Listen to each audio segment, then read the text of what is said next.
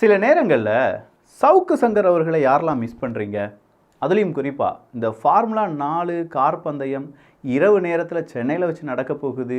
விளையாட்டுத்துறை அமைச்சராக இருக்கக்கூடிய உதயநிதி ஸ்டாலின் அவர்களுக்கு இதில் மிகப்பெரிய பங்கு இருக்குது அப்படின்னு சொல்லியும், அது கூடவே சில நடிகைகளை இணைத்து பேசிய அந்த பேச்சுக்கள், மறுபடியும் அதற்கு ஒரு ஸ்டே வாங்கினதுக்கான அந்த தகவல்கள் அப்படின்னு சொல்கிற ஒரு பெரிய தகவல் உங்கள் எல்லாருக்கும் தெரிஞ்சிருக்கும். ஆனால் அதனுடைய அப்டேட் இப்போ வந்திருக்கு. அடுத்த 2 வருடங்களுக்கு நாங்கள் எந்த விதமான கார் ரேஸும் நடத்த மாட்டோம் அப்படின்னு சொல்கிறது வேற, அடுத்த 2 தினங்களில் கார் ரேஸ் நடக்க போகுது அப்படின்னு சொல்கிறது வேற. என்னப்பா இது? அரசியல் எல்லாமே புதுசாகவே இருக்குது. புதுசு மட்டும் கிடையாதுப்பா, எல்லாமே ரொம்ப அப் டு டேட்டாக இருக்குது. இது தமிழ் பொக்ஷம் வழங்கும் ஆழமான அரசியல் சதுரங்கம்.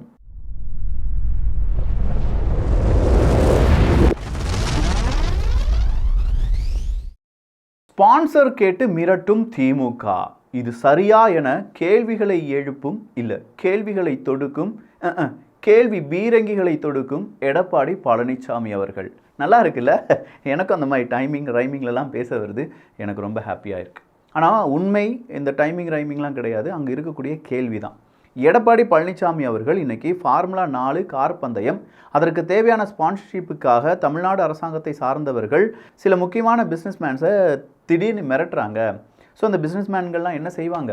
அவங்க இந்த மாதிரி ஸ்பான்சர்ஷிப்லாம் கொடுக்கணுமா, இதன் தேவை என்ன அப்படின்னு சொல்லி கேட்டிருக்கார். என்னையா தலையும் புரியல வாழும் புரியல அப்படின்னு சொல்லி நீங்கள் யாராவது கேட்டிங்கன்னா அது என்ன ஃபார்முலா 4 கார் பந்தயம்? இந்த ஃபார்முலா 4 கார் பந்தயம் அப்படிங்கிறது வர்ற ஆகஸ்ட் 31ஆம் தேதியும் செப்டம்பர் 1ஆம் தேதியும் இந்த கார் பந்தயம் நடைபெற இருப்பதாக அறிவிப்புகள் வெளியாகிய நிலையில், அப்போ அறிவிப்புகள் வெளியாகி இருக்கிறது அப்படின்னு சொல்கிறது யார்? எடப்பாடி பழனிசாமி அவர்கள். அவர் இவ்வளோதான் சொல்லியிருக்காரா அப்படின்னு பார்த்தா கிடையாதுங்க. தமிழ்நாடு விளையாட்டு மேம்பாட்டு ஆணையம் திட்டமிட்டது டிசம்பர் 9, 10 தேதிகளில் இந்த தீவுத்திடலில் சுற்றியுள்ள பகுதிகளில் கார் பந்தயம் நடத்த ஒரு பெரிய பிளானை போட்டாங்க. இப்போ தீவுத்திடலை சுற்றி டிசம்பர் 9, போன வருடம் டிசம்பர் 9, 10 பெரிய அளவில் கார் பந்தயம் நடக்க போகுதுன்னு சொன்ன இந்த டைமில் தான் சவுக்கு சங்கர் அவர்களுடைய பேட்டி எல்லாமே ரொம்ப பெரிய அளவில் வைரலானது. குறிப்பாக உதயநிதி ஸ்டாலின் அவர்களுக்கு எதிராக சவுக்கு சங்கர் பேசின அந்த வீடியோக்கள் எல்லாமே படு வைரலாக ஓடிச்சு அப்படின்னு சொல்லலாம். இந்த கார் பந்தயத்தை நகருக்குள் நடத்தக்கூடாது. என்னப்பா தீவுத்திடல் அப்படிங்கிறது எவ்வளோ முக்கியமான இடம், அந்த இடத்துக்குள்ளே வந்துட்டு நீங்கள் கார் பந்தயம் நடத்த போகிறீங்க, அது கூடவே கோப்பையை கொடுக்க போகிறீங்க அப்படின்னு சொல்கிறதெல்லாம் ரொம்ப ஒஸ்ட்டாக இருக்குது. எனவே நகருக்குள் நடத்த தடை விதிக்க வேண்டும் அப்படின்னு சொல்லி நீதிமன்றத்தில் ஒரு வழக்கை தொடர்கிறார்கள். மேலும் இதை நடத்துவது யார் அப்படின்னு சொன்னாங்க? ஒரு தனியார் நிறுவனம். இந்த தனியார் நிறுவனம் நடத்தக்கூடிய கார் பந்தயத்துக்காக தமிழ்நாடு அரசுக்கு எந்த பலனும் கிடைக்க போவது கிடையாது. சரிதானே? அம்பானியை திட்டுறோம், அதானியை திட்டுறோம், இங்கேயும் தனியார் தான் இதை செய்கிறாங்க. ஆனால் தமிழ்நாடு அரசாங்கம் கிட்டத்தட்ட 40 கோடி ரூபாயை செலவு செய்வது தவறு என குற்றம் சாட்டப்பட்டது. புரியுதா உங்களுக்கு? எப்போ டாப் மோஸ்ட்டில் இருக்கக்கூடிய சென்ட்ரலில் அம்பானி அதானிக்காக நிறைய பேர் பிஜேபி அரசாங்கம் அதை செய்கிறாங்க அப்படின்னு சொல்லும்போது நம்ம ஊரில் என்ன செய்கிறோம்? 40 கோடி ரூபாய் நீங்கள் என்ன செய்கிறீங்க? இந்த மாதிரி தமிழ்நாடு அரசாங்கம் சார்பாக 40 கோடி ரூபாய் அப்படின்னு சொல்லி செலவு பண்ணுறீங்களே, இது செய்யக்கூடாது. ஒரு தனியார் நிறுவனம் தானே இந்த கார் ரேஸை நடத்துகிறாங்க, அவங்களுக்கு பெத்துராஜ் இல்லை பெத்த லாபம் கிடைக்குமே அப்படின்னு சொல்லி யார் சொல்கிறாங்க? இந்த வழக்கை தொடர்ந்தவங்க சொல்கிறாங்க.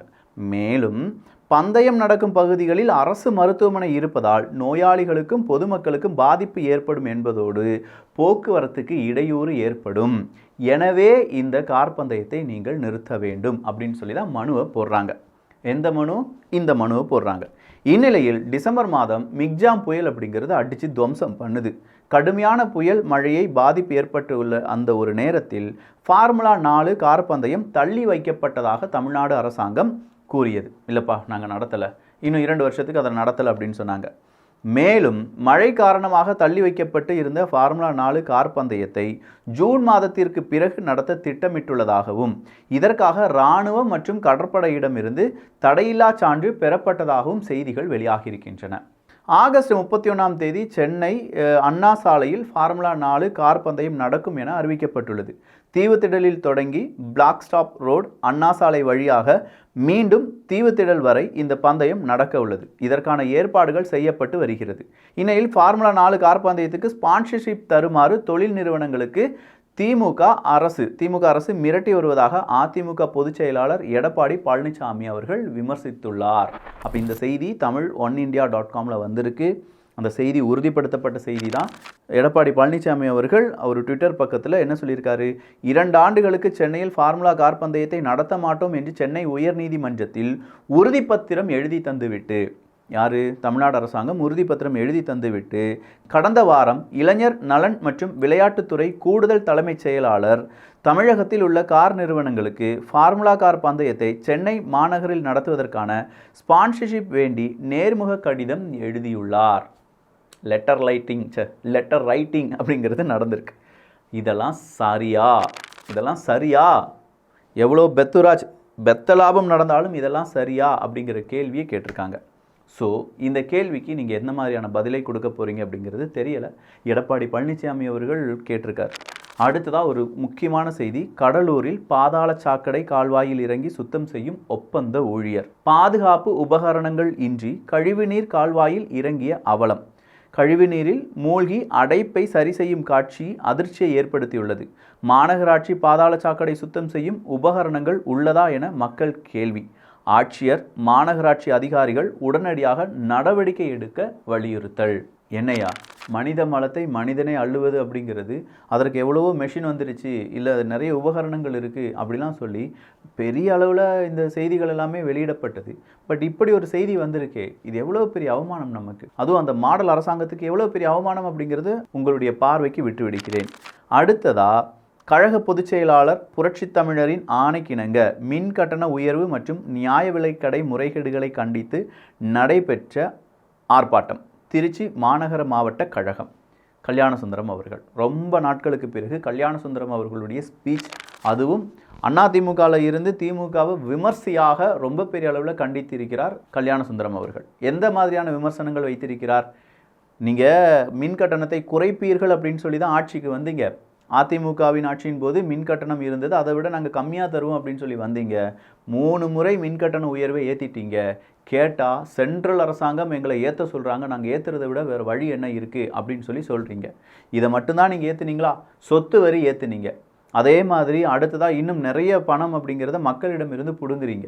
என்ன காரணம் அப்படின்னு சொல்லி கேட்டால், இதெல்லாம் சென்ட்ரல் கவர்மெண்ட் ஜிஎஸ்டி இன்க்ரீஸ் பண்ணிட்டாங்க, சென்ட்ரல் கவர்மெண்ட் வாங்க சொல்கிறாங்க, எதுக்கு எடுத்தாலும் நீங்கள் சென்ட்ரல் கவர்மெண்ட் மத்திய அரசாங்கம் தான் இதற்கு காரணம் அப்படின்னு சொன்னீங்கன்னா நீங்கள் ஏன் ஆட்சி நடத்துகிறீங்க? இதில் எங்களை அடிமை அப்படின்னு சொல்கிறீங்களா? நாங்கள் அடிமை ஆட்சி நடத்தி வந்தோம் அப்படின்னு சொல்கிறீங்களா? நீங்கள் தான் உண்மையிலேயே அடிமையாக இருக்கீங்க. உங்களுடைய அடிமைத்தனத்தை மறைப்பதற்காக அந்த பழியை தூக்கி நீங்கள் அதிமுக மேலே போடுறீங்க. திமுக அடிமை ஆட்சி செய்கிறது அப்படிங்கிறத கல்யாணசுந்தரம் அவர்கள் என்ன செய்கிறாரு? வெளிப்படையாக மேடையில் பேசியிருக்கிறார். 3 முறை என்ன செஞ்சுருக்கீங்க? மிகப்பெரிய அளவில் நீங்கள் மின்சார கட்டணத்தை உயர்த்தியிருக்கிறீர்கள். பால் விலை அதிகரித்திருக்கிறது. அடுத்ததாக அவர் என்ன சொல்கிறாரு? சொத்து வரி அப்படிங்கிறது அதிகமாக இருக்குது. இன்னும் நிறைய விதத்தில் நாம் எல்லாமே ஏமாற்றப்பட்டு கொண்டிருக்கிறோம், மக்களே புரிந்து கொள்ளுங்கள் அப்படின்னு சொல்லி கல்யாணசுந்தரம் அவர்களுடைய ஸ்பீச் அப்படிங்கிறது இருந்துச்சு.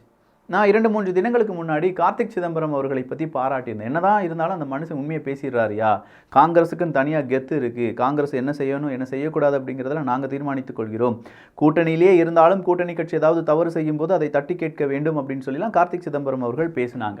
ஆட்சியில் பங்கு, அரசின் செயல்பாடுகள் குறித்து காங்கிரஸ் எம்பி கார்த்திக் சிதம்பரம் அவர்கள் பேசியது சர்ச்சையான விவகாரமாக மாறியது. ஸோ இதை விசாரித்து அறிக்கை சமர்ப்பிக்க தமிழக பொறுப்பாளர் அஜய்குமாருக்கு காங்கிரஸ் மேலிடம் உத்தரவு என தகவல். என்ன கார்த்திக் சிதம்பரம் அவர்களே, உங்களுக்கு எதிராகவே ஏதோ ஒன்று உள்ளடி வேலைலாம் நடந்துட்டு இருக்கு போல காங்கிரஸுக்குள்ளே, நீங்கள் ஏதோ பேசிட்டீங்களா, அதை விசாரிக்கணுமா, இதெல்லாம் சரியா அப்படின்னு சொல்லி மேலிடம் கேட்டிருப்பதாக தகவல்கள் வெளியாகி இருக்கின்றன. அது மட்டும் இல்லாமல் சிவகங்கையில் நடந்த பொதுக்கூட்டத்தில் கூட்டணி தர்மம் என்று கூறி கூனி குறுகி இருக்கக்கூடாது என கார்த்திக் சிதம்பரம் பேசியிருந்தார். 2026 தமிழக அமைச்சரவையில் காங்கிரஸ் இடம்பெற வேண்டும் என்றும் கார்த்திக் சிதம்பரம் தெரிவித்திருந்தார். பொது மேடைகளில் காங்கிரஸ் மாநில தலைமை மக்கள் பிரச்சனை குறித்து பேச வேண்டும் அப்படின்னும் கார்த்திக் சிதம்பரம் கூறியிருந்தார் என்பது குறிப்பிடத்தக்கது. இதெல்லாம் விட நியூஸ் டேல ஒரு முக்கியமான செய்தி வெளியானது. என்கவுண்டர் செய்யப்பட்டார் திருவேங்கடம் அப்படின்னு சொல்கிறது தான் செய்தி. ஆனால் இந்த நியூஸ் டேல என்ன தெரியுமா சொல்கிறாங்க?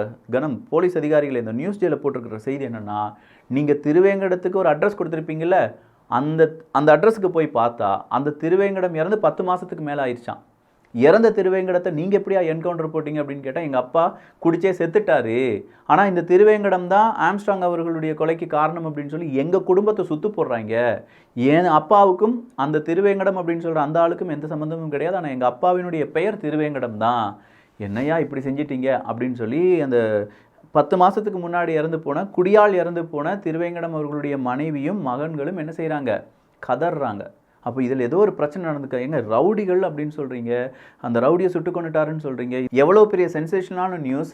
அதுக்கு பின்னாடி இந்த மாதிரி அட்ரஸ் மாறிடுச்சு அப்படின்னு சொன்னால் அந்த குடும்பத்துக்கு ஏதாவது ஆயிடுச்சுன்னா யார் எங்கெங்கே போகிறது? தமிழக மக்களே இதெல்லாம் கேட்டு கேட்காம போவீங்களா?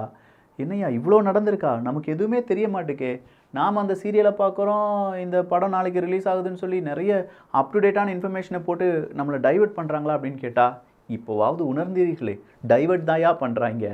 நல்லது எது கெட்டது எது அப்படிங்கிறத பிரித்து பாருங்கள், அவ்வளோதான். நல்லதை பகிர்ந்து நல்ல சமுதாயத்தை உருவாக்குவோம். நன்றி, வணக்கம்.